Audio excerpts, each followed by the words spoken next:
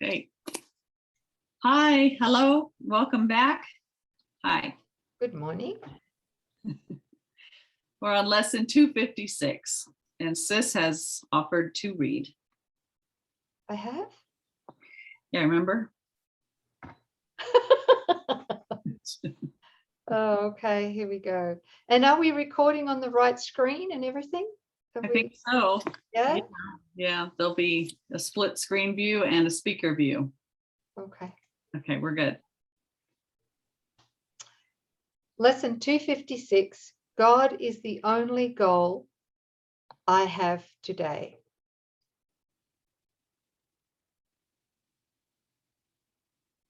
God is the only goal I have today. The way to God is through forgiveness here. There is no other way. If sin had not been cherished by the mind, what need would there have been to find the way to where you are? Who would still be uncertain? Who could be unsure of who he is? And who would yet remain asleep in heavy clouds of doubt about the holiness of him whom God created sinless? Here we can but dream. Here we can only dream. But we can dream we have forgiven him in whom all sin remains impossible. And it is this we choose to dream today. God is our goal. Forgiveness is the means by which our minds return to him at last.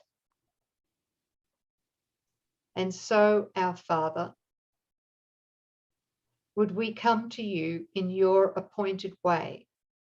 We have no goal except to hear your voice and find the way your sacred word has pointed out to us. And again, God's appointed way is forgiveness. Yeah. Can we just unpack this a bit, Sis? It's a bit Sure. disjointed the way, for me anyway. Anyway, starting at the beginning of this lesson again, God is the only goal I have today. The way to God is through forgiveness here. Then he goes on to say this, just in case we didn't get that, there is no other way. Right.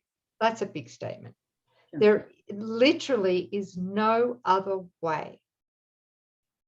Right. So I want to just bring this up. Mm-hmm. Is in that case, then I think he's also asking us to discern without any self-judgment, no self-blame, no guilt, but to look at with open eyes and with Holy Spirit at what we've used or are currently using to replace forgiveness. Mm-hmm. What I'm saying here is like our accomplishments, right? Our accomplishments, our pride, body-centered improvements that we make. And on the flip side of that is our like self-sabotage. All of the areas that we blame ourselves for, addictions, overeating, whatever it might be. Yeah. And these are all things that the ego is happy for us to do, is happy to encourage us to continue doing them. But the issue is, and this is from my own experience, is that we have to come to a place where we realize that all of this accomplishing, whatever it might be, negative or positive, is really just a replacement for forgiveness, because it's forgiveness that takes us all the way home. As he says here, there is no other way. Mhm. But through the ego and through the split mind, we're trying to do both. And, Right. and we tend to prioritize forgiveness last, believing that all of this accomplishing is actually getting us somewhere. Yeah. Right. Yes.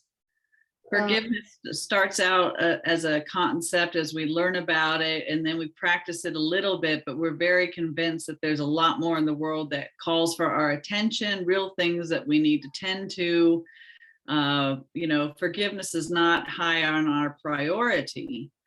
And yet that the more you begin to awaken and see how this world works, we come to this place of recognition that God is the only mind.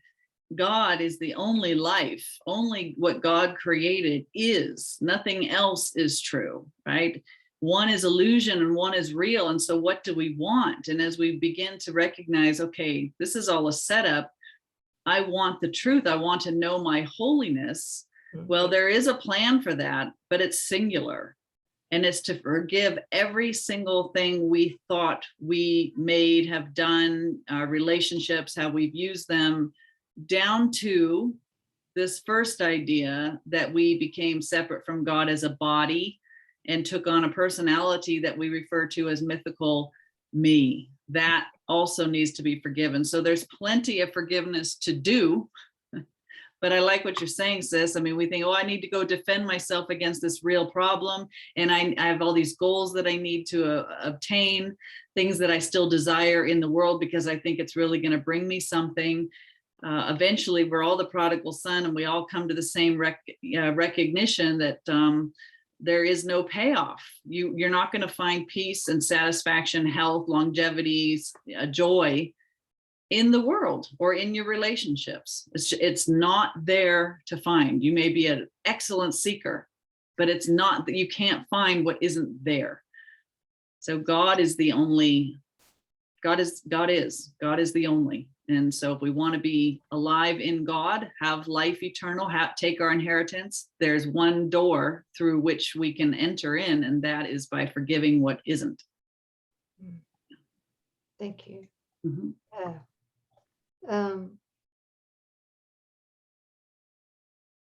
So forgiveness, again, forgiveness is the closest. It's the closest that we can come. It's the means by which, it's the closest that we can come to the felt state and the knowing of our sinlessness. That's right. And therefore, our invulnerability to everything the ego made to attack us.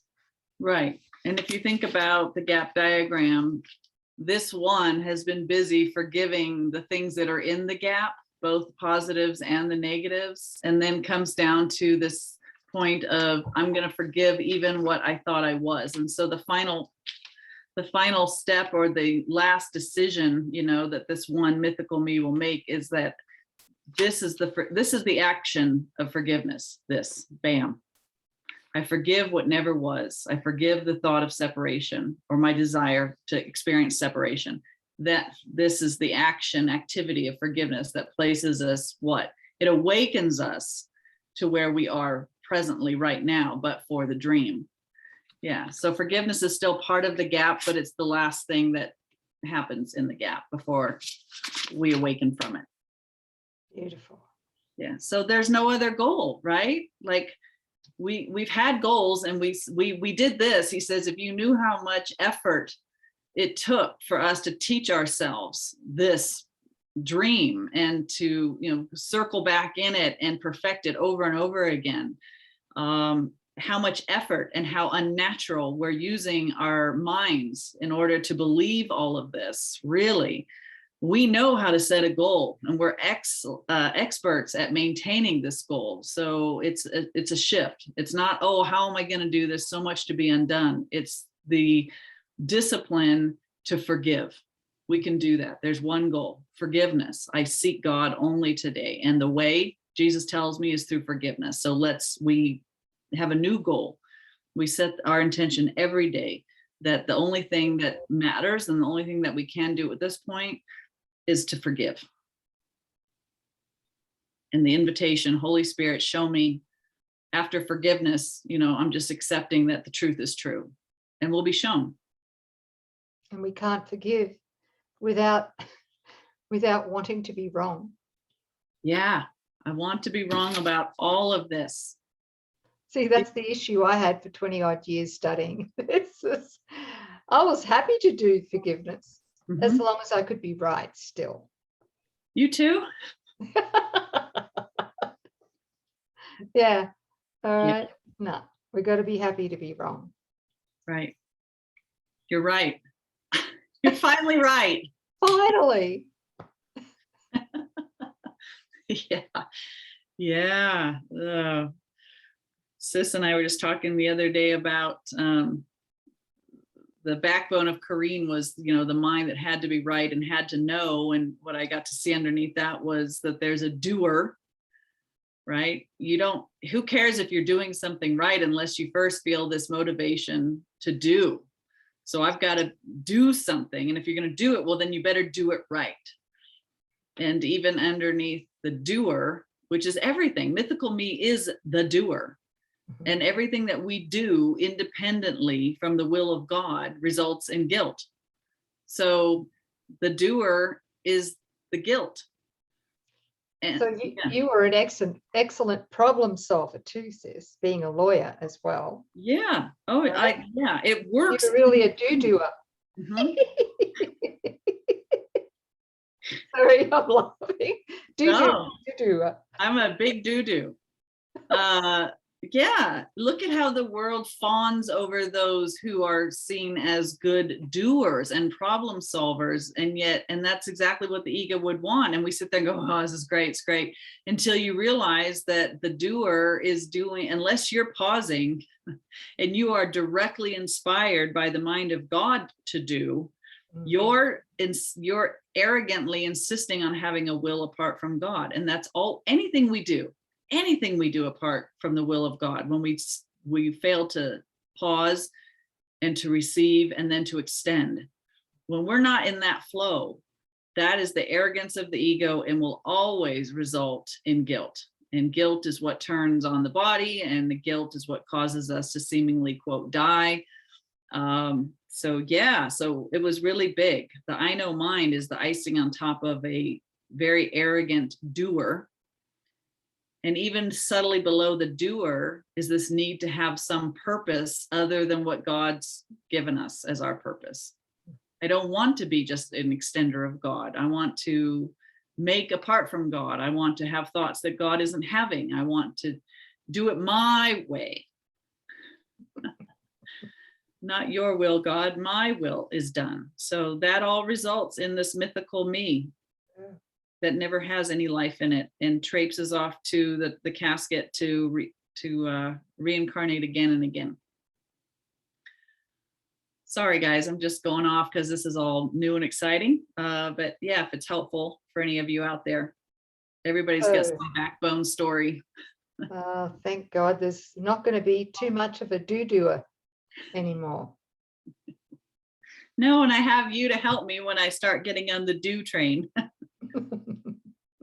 I catch myself constantly. What do I need to do? It's like, you don't do anything. Stop. Someone needs to put their hand on my head and just hold. Like a toddler, distracted all the time. Yeah. Sorry. So God is the only goal I have today. Sticking to it. Thanks, sis. Thank you. Thank you. Thanks, family. We'll see you next time. Thank you, beautiful family. Don't forget, there's something to remember to do. This is Sorry to contradict this lesson. But this is inspired. This is from God. What? Yes, God said, forgive me. All right. Yeah. But God said, please, if you really enjoyed this video, this lesson, hit the like button. And subscribe. And there was one more and I can't remember what it was. It's make a comment and share. Okay. Gee, you're good, sis. There's still a do-doer there. Yeah. So it's his will to get this message out. And if you are moved by your guidance that it would be helpful, please do that. Yeah. And if not, no harm, no foul, no judgment. Okay. Thank you. Thank you. Thank you. All right, now we'll Thank see you, beautiful family. We love you. Thank you. Thanks, sis. We do. Bye, guys. Bye.